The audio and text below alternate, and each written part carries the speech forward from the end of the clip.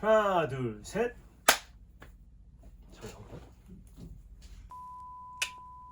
바람 쐬러 자전거를 타러 나온 준달씨. 오늘따라 페달이 가볍네요. 바람이 뒤에서 불어와서 그냥 쭉쭉 나가네. 아, 오늘 탄력 봤는데 바로 이거야. 그 순간 나를 추월하는 자전거. 그런데 밟아도 따라갈 수가 없어. 저 사람은 말로만 듣던 전설의 한강의 괴수인가? 자전거도 무거워 보이는데 뭐가 저렇게 빨라? 저건 뭐야?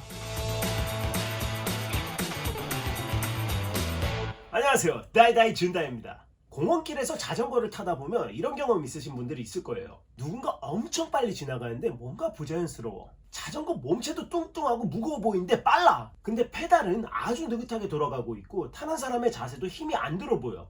네, 맞습니다. 여러분은 전기 자전거를 만나신 겁니다. 요즘 부쩍 많이 늘어나고 있고 자전거 길에서도 자주 볼 수 있죠. 그럼 이 전기 자전거는 어떻게 만들어졌을까요? 페달의 아버지, 페달이 달린 자전거를 최초로 개발한 사람이 피에르 미쇼라는 발명가거든요. 이 사람의 아들도 발명가인데 에르네스트 미쇼라는 사람이 1860년대에 자전거에 증기 기관을 단 거지. 이 기차처럼 이거는 뭐 몇 시간 전부터 석탄 떼어가지고 겨우 갈 수 있었어요. 엄청 무거워서 실제로는 사용하기 좋은 건 아니었어요. 하지만 기존에 없던 기계 동력으로 가는 자전거라는 개념이 이렇게 태어난 거죠. 그리고 1883년 영국의 쇼브론 데이비스가 석탄이 아닌 액체 연료를 사용하는 증기 엔진 자전거를 만들고 1885년에 독일의 고틀리프 다임러라는 사람이 라이트바겐이라는 석유 엔진이 달린 자전거를 만들게 됩니다. 아니 뭐야, 이거 오토바이잖아. 네, 맞습니다. 이렇게 갈라지기 시작한 거죠. 오토바이, 오토바이시클, 모터바이시클, 모터, 즉 엔진이 달린 자전거라는 말이죠. 아니 그럼 전기 자전거는 언제 나온 거야? 뭐 19세기 소리를 하고 있어. 네, 전기 자전거도 이때 나왔어요. 19세기 1895년에서 1899년 사이에 미국에서 오그덴 볼트, 호시 W 리베이, 존 슈냅. 뭐 하나같이 발음들이 이렇게 어려워. 아무튼 이 사람들이 모터가 뒷바퀴 안에 들어간 자전거, 모터가 바퀴를 굴리는 자전거, 크랭크에 모터가 달린 자전거들을 만들고 특허를 내요. 19세기에 지금 전기 자전거의 작동 원리가 되는 기술이 이미 나왔어요. 정확히는 그 개념을 만들었다고 봐야겠죠. 하지만 당시에는 기술이 지금 같지 않아서 모터 제작 기술도 별로 좋지 않았어요. 특히 자동차 배터리 같이 크고 무거운 배터리를 달아야 했으니까 성능도 그리 좋지 않았죠. 그렇게 당시의 전기 자전거는 대중적으로 발전하지 못했습니다. 오히려 페달 오토바이 같은 게 엔진으로도 가고 페달로도 가는 식으로 발전했습니다. 자토바이라고 알아요? 옛날에 동네에 종종 있었는데. 자전거에 엔진이 달린 거지. 정식 명칭은 모페드. 이거 그냥 자전거에 개조킷을 달아가지고 기름 넣고 타는 어른들이 있었어요. 토머스처럼 이쁘게 출시되는 모페드 바이크도 있었고. 이건 느낌 있지. 세월이 흘러 일찌감치 나왔지만 기술의 벽에 막혀서 오랜 잠을 자던 전기 자전거는 그로부터 100년 뒤에 부활하게 됩니다. 일본의 야마하라는 회사에서 전기로 페달링을 도와주는 자전거인 PAS, 파스를 1989년에 개발하고 1993년에 시장에 내놓는데 이렇게 전기 자전거의 시대가 열립니다. 이 PAS는 파워 어시스트 시스템이라는 말인데 지금까지도 전기 자전거로 구분짓는 용어가 됩니다. PAS의 성공과 전기 모터, 배터리 기술들이 더 발전되고 친환경 열풍의 고령화 문제까지 합쳐지니까 이후 전기 자전거는 수많은 브랜드에서 발매되며 지금까지 무한 발전을 거듭하고 있습니다. 자, 그럼 어떤 장점이 있을까? 적은 힘으로도 탈 수 있어요. 체력이 약한 노약자에게는 좋은 이동 보조 장치죠. 짐을 싣고 편히 갈 수 있고 통근용, 여행용으로도 훌륭한 이동 수단이 됩니다. 또 환경 친화적이죠. 자동차, 오토바이처럼 화석 연료를 쓰는 이동 수단에 대안은 있었으면 좋겠는데 자전거로 가긴 너무 힘들어. 이런 분들에겐 좋은 선택이 될 수 있습니다. 요즘에는 전기 자전거를 공유하는 업체도 생겨서 좀 더 편하게 탈 수 있는 선택지가 되었죠. 다만 헬멧 착용은 의무인데 공유 자전거는 헬멧을 제공하지 않는 상황이라 안전 문제가 있어요. 또 페달도 굴리면서 빠르게 가기 때문에 마치 선수가 된 것 같은 기분도 느낄 수 있지만 빨라진다면 더 조심해야겠죠. 단점도 있습니다. 가격이 싸지 않아요. 자전거에 전동 장치가 달려있으니 그만큼 더 비싸집니다. 국산 브랜드 모델이 70에서 100만원대로 출시가 되니 일반 자전거보다 비싸요. 그리고 무겁죠.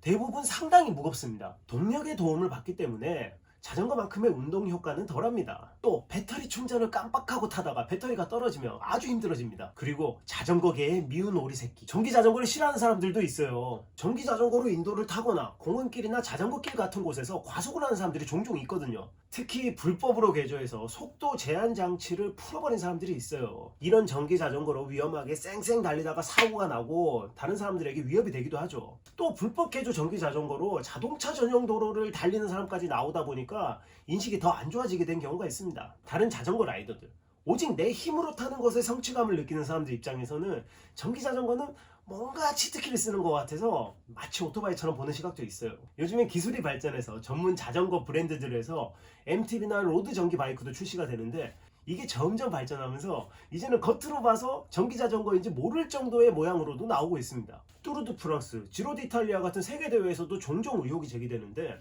기계 도핑이라고 하죠. 프레임 안에 모터가 숨어 있어서 몰래 페달을 돌려준다. 아니, 선수가 넘어졌는데 자전거 바퀴가 계속 돌고 있는 거. 야, 저건 뭐냐? 야, 저건 모터 숨긴 거 아니야? 어? 라는 식으로 끊임없이 의혹이 제기되고 있어요. 이 전기 자전거는 작동 방식에서 두 가지 종류로 나뉩니다. 먼저 PAS, 파스, 페달 보조 시스템. 이건 말 그대로 페달을 굴릴 때 모터가 힘을 더해주는 자전거예요. 내가 페달을 굴려야 가는 겁니다. 아주 가벼운 힘으로 빠르게 갈 수 있죠. 그리고 스로틀 방식이 있습니다. 이건 손잡이를 돌리거나 누르는 거예요. 아니 뭐 오토바이처럼 돌리면 가는 거예요. 내 페달링에 반응해서 함께 움직이는 파스 방식보다 더 단순한 구조입니다. 우리나라에서 발매되는 전기 자전거들은 파스랑 스로틀이 둘 다 복합적으로 달려서 많이 나와요. 이런 구동적인 방식을 기반으로 다양한 형태의 전기 자전거들이 나오고 있어요. 바구니가 달린 생활용 시티바이크부터 선항용 MTB, 로드바이크, 미니벨로 접이식까지 취향과 용도에 맞게 다양하게 고를 수 있습니다. 이런 종류 이야기와 더불어 전기 자전거와 관련해서 가장 많이 언급되는 화두가 있습니다. 사용자분들도 꼭 체크하셔야 되는 부분, 바로 자전거 도로 이용에 관한 이야기입니다. 아 무슨 소리야, 전기 자전거 자전거니까 자전거 도로 타면 되는 거 아니야? 뭐 또 알아야 돼? 이게 애매한 부분이었던 거예요. 이렇게 보면 페달 굴려서 가는 자전거인데, 이렇게 보면 당기면 가는 오토바이야. 전기 자전거는 점점 인기를 끌면서 사용자들이 빠르게 늘어나는데 기준이 시급했던 거지. 그래서 부랴부랴 법을 만들고 또 뜯어 고치고 있어요. 2018년 자전거길을 파스 방식만 탈 수 있게 됐다가 법이 추가로 개정되면서 지금은 스로틀 방식도 자전거길을 이용할 수 있게 됐습니다. 다만 보행자와 자전거들이 이용하는 공원길이라는 특성상 전기 자전거는 법적으로 제약이 있습니다. 그리고 파스 방식과 스로틀 방식이 또 다르게 법이 적용됩니다. 둘 다 같은 점 먼저 볼게요. 시속 25km 이상으로 달리는 건 안 됩니다. 전기 자전거가 출시될 때 속도 제한이 되어서 출시되는데, 이걸 개조해서 더 빠르게 타고 다니는 사람들이 있어요. 불법 개조입니다. 특히 자전거길 같은 곳에선 타인에게 몹시 위험하죠. 또 중량이 30kg 미만인 전기 자전거만 자전거길을 이용할 수 있고, 안전 인증을 받은 전기 자전거만 됩니다. 이 기준에 맞지 않으면 단속의 대상이 되고 과태료를 물게 되어 있습니다. 스로틀 방식은 얼마 전에 자전거길 이용이 추가로 허용되었는데, 이건 개인용 이동 장치라고 오토바이 같은 걸로 구분되었어요. 원동기 면허가 있어야 됩니다. 오토바이 면허죠. 자전거라기보다 오토바이의 한 종류를 특별히 자전거 도로도 이용할 수 있게 허용했다, 이렇게 보시면 쉽습니다. 그래서 스로틀 방식 전기 자전거는 면허가 없으면 무면허 운전자가 되는 거예요. 근데 지금 우리나라에 출시되는 전기 자전거들이 파스, 스로틀 겸용으로 나오는 게 많거든요. 이런 전기 자전거들은 모두 면허가 있어야 된다는 겁니다. 전기 자전거 자체가 얼마 되지 않았고, 그 이용에 관련된 규칙들도 전부 시작 단계라 관련법은 앞으로도 계속 바뀔 수 있습니다. 다른 주의점들도 말해보죠. 먼저 구매할 때 안전인증 받은 거 사야 돼요. 안정성이 검증된 거. 인터넷에서 싸다고 막 사면 안 됩니다. 외국의 묻지마 공장에서 만든 거를 수입해서 파는 거 있어요. 이런 것들은 자전거 내구성도 못 믿는데 모터, 배터리, AS까지 총체적 난국에 빠질 수 있습니다. 거기다가 안전인증을 안 받은 거는 불법이에요. 그리고 헬멧 착용하셔야 합니다.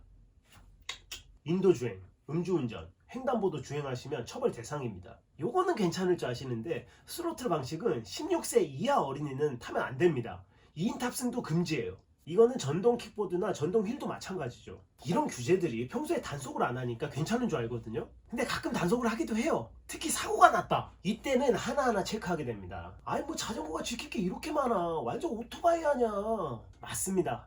자전거라고 생각하지 마시고 오토바이라고 생각하시는 게 나아요. 실제 처벌 규정도 그렇습니다. 그리고 마지막으로 배터리 충전이 잘 돼 있나 확인하셔야 가다가 안 섭니다. 더욱 편하게 이용할 수 있는 전기 자전거. 땡! 기술의 발전과 이용자들의 증가로 계속해서 발전할 겁니다. 하지만 타기 쉬워질수록 더 쉽게 큰 사고로 이어질 수 있어서 안전에 더욱 주의해야 합니다. 항상 즐거운 안전 라이딩 하십시오. 다이다이 준다이였습니다.